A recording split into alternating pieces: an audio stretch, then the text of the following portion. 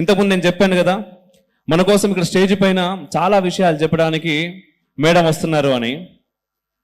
లా college principal madam doctor Vani గారు నిజంగా advocate వృత్తిలో ఉండడం ఒకటి, అండ్ లా కాలేజు దానికి వారు ప్రిన్సిపల్గా ఉంటూ ధర్మం గురించి మాట్లాడటమే కాదు, చాలా గట్టిగా పని జరుగుతూ ఉంది గ్రౌండ్లో.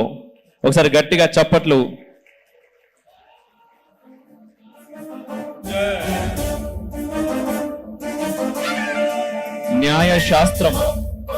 న్యాయశాస్త్రం సామాన్యుడికి అందుతుందా అందదా అని భయపడే దగ్గర నుంచి న్యాయశాస్త్రం అందరికీ కావాలి అని చెప్పేసి చాలా గట్టిగా వారు చెప్తా ఉంటారు, తెలియజేస్తా ఉంటారు.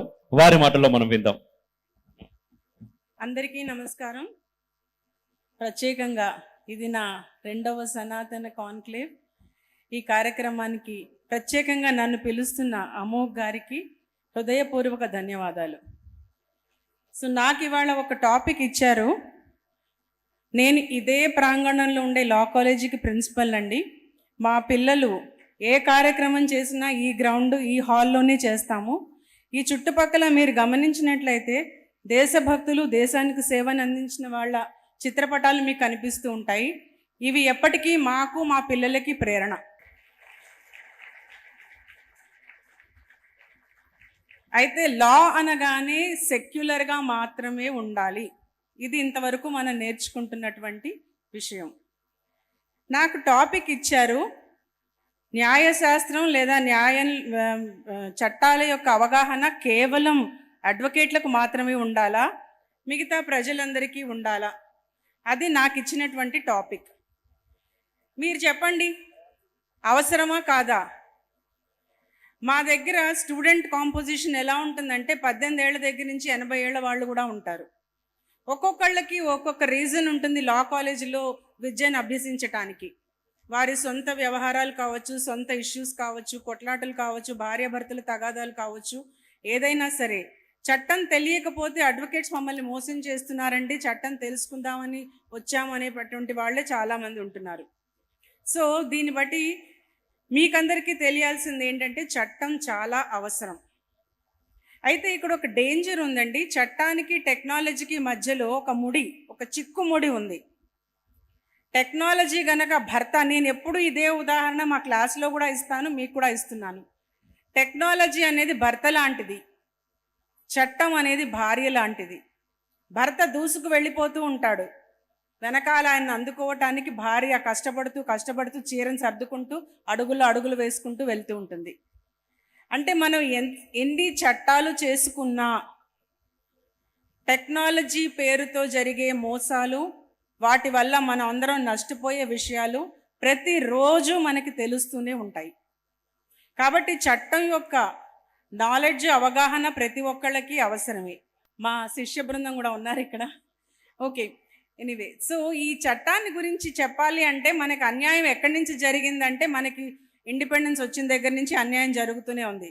కాన్స్టిట్యూషన్లో అక్కర్లేని ఆర్టికల్స్ 29, 30, 370, 35 ఇటువంటివి ఎన్నో పెట్టి మన నోటిని, మన గొంతుని కోసేశారు. గట్టిగా మాట్లాడలేని పరిస్థితి. కాలేజీలో మేము వీటికి వ్యతిరేకంగా ఇదివరకు పాఠాలు చెప్పేవాళ్ళం కాదు.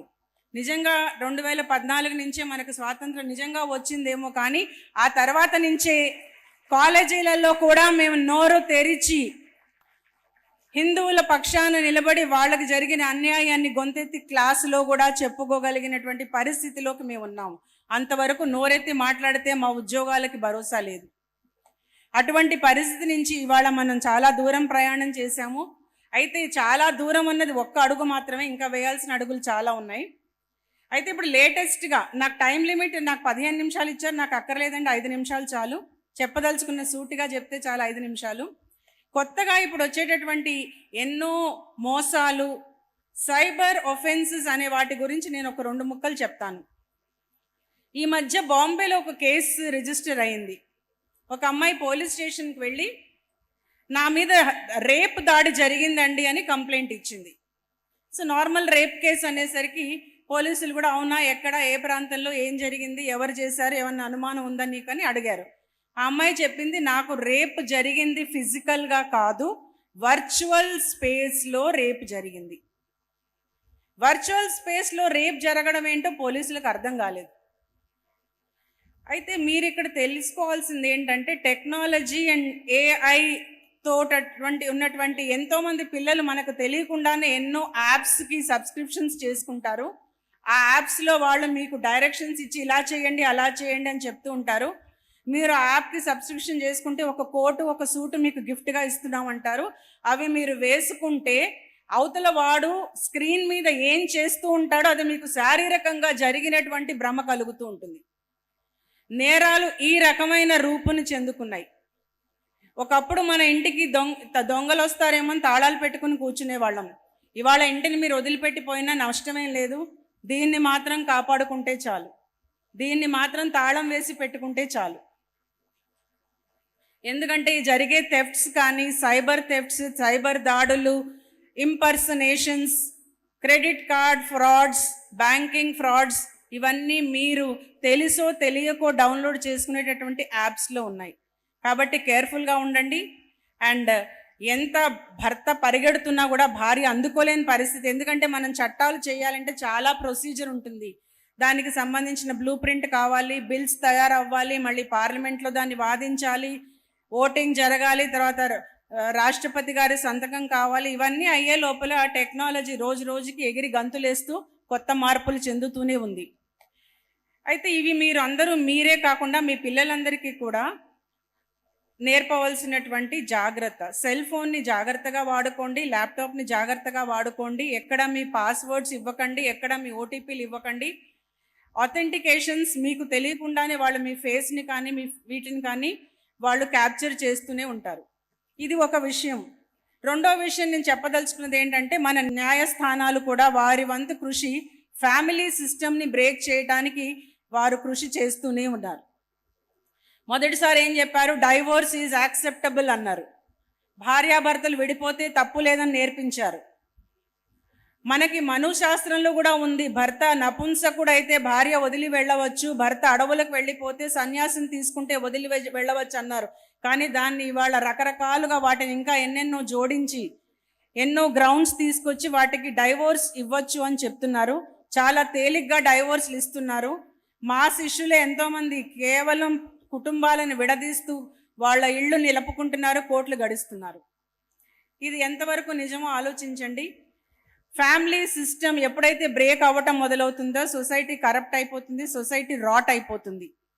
దీనివల్ల పర్యవసానం ఏంటంటే, మనం ఒకప్పుడు పెళ్లి సమయానికి పిల్లలకి చేసేవాళ్ళం, పిల్లలు ఆరోగ్యకరంగా పుట్టేవాళ్ళు. ఇప్పుడు మనకి కొత్తగా ఐ బ్యాంకులు, బ్లడ్ బ్యాంకులతో పాటు కొత్త రకమైన బ్యాంకులు ఏర్పడ్డాయి. ఏంటో చెప్పగలరా ఎవరైనా?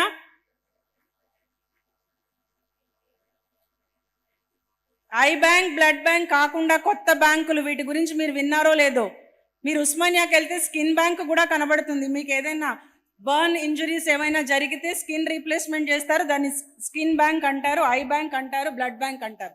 కొత్త రకమైన బ్యాంకులు ఏంటయ్యా అంటే egg banks, sperm banks, embryo banks. అంటే తల్లిదండ్రులు, ఇక్కడ తల్లిదండ్రులను విమర్శిస్తున్నాను అనుకోకపోతే, మీరు పిల్లలకి ఇంట్లో చదువుతో పాటు వాళ్ళకి ఇంట్లో పనిని కూడా నేర్పండి. నాకు తెలిసి ఒక డైవోర్స్ కేసు మా దగ్గరికి వచ్చింది. తల్లిదండ్రి వచ్చారు, మా అమ్మాయికి డైవోర్స్ కావాలండి అని. ఎందుకండి అంటే, మా అమ్మాయి అతని కంటే ఎక్కువ చదువుకుంది, ఎక్కువ సంపాదిస్తుంది, పని పంచుకోమంటే పంచుకోడు. అంటే ఏ రకమైన పని పంచుకోవట్లేదండి అంటే, ఆడపిల్లకి 2 జడలు వేయాలట, ఒక జడ భర్త వేస్తాడట, ఒక జడ భార్య వేయాలట. భార్య జడ వేస్తే భర్త వేయకపోతే ఆ పిల్ల ఆ రోజు జడ లేకుండా స్కూల్కి వెళ్ళాలి. ఇలాంటి పంచుకునే సంస్కారం మన పిల్లలకి నేర్పుతున్నాం. ఏమిటే అమ్మాయి నిన్ను కూరలు కోయమన్నాడా అల్లుడు గారు, ఎంత దుర్మార్గుడే అనేటటువంటి తల్లిదండ్రులు ఉన్నంత కాలం పిల్లలకి పెళ్లి యొక్క విలువ తెలియదు. వాళ్ళ పిల్లలు సంసారాలు నిలబెట్టుకోవాల్సిన బాధ్యతని, అగత్యాన్ని తెలుసుకోలేరు. ఇందాకనే మనం వింటున్నాం హిందూ సంఖ్య తగ్గిపోతుంది అని. ఎందుకు తగ్గుతోంది అంటే, మనం ఒక పిల్లవాడు చాలు, ఏం పెట్టి పోషిస్తామండి ఇద్దరిని కంటే అనే పరిస్థితి మనం ఆలోచిస్తున్నాము. ఆ ఇంకో పిల్లవాడి బదులు మనకు ఒక కారు కావాలి, ఇంటి ముందర ఒక బంగళా కావాలి, ఒక 3 బెడ్రూమ్ కావాలి, ఒక 5 బెడ్రూమ్ కావాలి, ఒక విల్లా కావాలి. అవి ఏర్పరచుకోగలిగిన వాళ్ళు మీరు 2 ముగ్గురిని కనలేరా? 2 ముగ్గురిని పెంచుకోలేరా? మీరు రేపొద్దున ఆ ఒక్కడిని మీరు వదిలి వెళ్ళిపోయిన తర్వాత 100 మంది వాడి మీద దాడి చేస్తే వాడు కులమైనా మార్చుకోవాలి, మతమైనా మార్చుకోవాలి, అందులో అయినా కలిసిపోవాలి. ఎదిరించాడా ప్రాణాన్ని పోగొట్టుకోవాలి.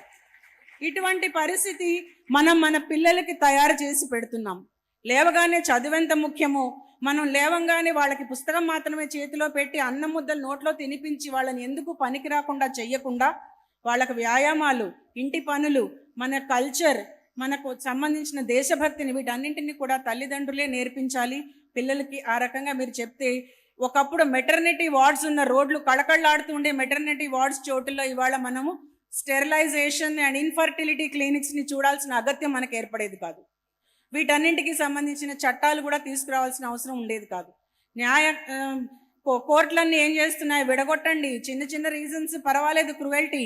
నిన్నగాక మొన్న ఒక జడ్జిమెంట్ వచ్చింది, భర్త గనక కన్సెంట్ తోటి ఇంకొక ఆడ మనిషితో, భార్య ఉండగా ఇంకొక అతనితో ఉంటే అది క్రువెల్టీ కాదుట. It is his consensual sexual relationship, it is not cruelty అనేటటువంటి కోర్టులు ఉన్నప్పుడు మన కుటుంబ వ్యవస్థని మనమే కాపాడుకోవాలి. చట్టాలు అన్నింటిలోనూ అన్నీ ఉన్నా కూడా మనం వాటిని తెలుసుకుని అవగాహనతో మనం కాపాడుకోవటం అన్నదే మన మీద ఉన్నటువంటి బాధ్యత. యాజ్ ఎ టీచర్ నేను మా పిల్లలకి ఇవన్నీ చెప్తూ ఉంటాను. మీరందరూ కూడా మీ చుట్టుపక్కల పిల్లలందరికీ ఇవి నేర్పుతూ ఉండండి. అటువంటప్పుడు మనం మన హిందూ సమాజాన్ని కాపాడుకోవటమే కాకుండా భావి తరాల వాళ్ళకు కూడా ఒక భవిష్యత్తుని, ఒక భద్రతని కల్పించినటువంటి వాళ్ళం అవుతాం మనం. భారత్ మాతాకి జై. మేడం చెప్పిన విషయాలు మీకు బాగా ఎక్కినాయని అనుకుంటున్నాను నేను. ఎంత మట్టుకు ఎక్కినాయి? చప్పట్లు రాలేదు అంటుంది మేడం.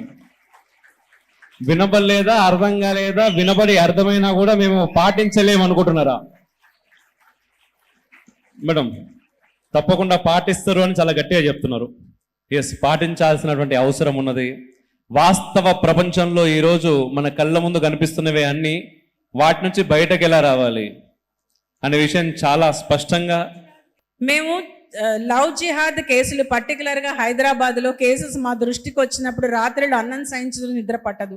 అంత దారుణంగా, అంత కిరాతకంగా హిందూ అమ్మాయిలని హింసిస్తున్న దృశ్యాలు మేము కనీసం రోజుకి, ఇదివరకు ఎప్పుడో నెలకొక కేసు వినేవాళ్ళం, ఇప్పుడు రోజుకి కనీసం 2-3 కేసులు మా దృష్టికి వస్తున్నాయి. దయచేసి పిల్లలని కాపాడుకోండి, మన ధర్మాన్ని వాళ్ళకి నేర్పండి. వాళ్ళు ఎటువంటి నడవడికని అలవర్చుకోవాలో చెప్పవలసిన బాధ్యత పేరెంట్స్ మీదనే ఉంది. చట్టాలలో ఉన్నాయండి, కొత్త క్రిమినల్ లాస్లో సెక్షన్ 69 అనేది ఒకటి ఉంది. ఏంటంటే డిసీట్ఫుల్ మీన్స్తో సెక్షువల్ ఫేవర్స్ తీసుకుంటే 10 సంవత్సరాలు జైలు శిక్ష. చట్టాలు ఉన్నా కూడా మనం కంప్లైంట్ చేయనంత వరకు ఎవరు చర్యలు తీసుకోరు.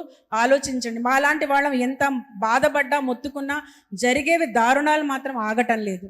దీన్ని మీ అందరూ, మీ పిల్లల్ని మీరు మాత్రమే కాపాడుకోగలరు. ధన్యవాదాలు. ఎస్, ఒక చిరు జ్ఞాపిక మేడం, రిఫ్లెక్షన్ నుంచి.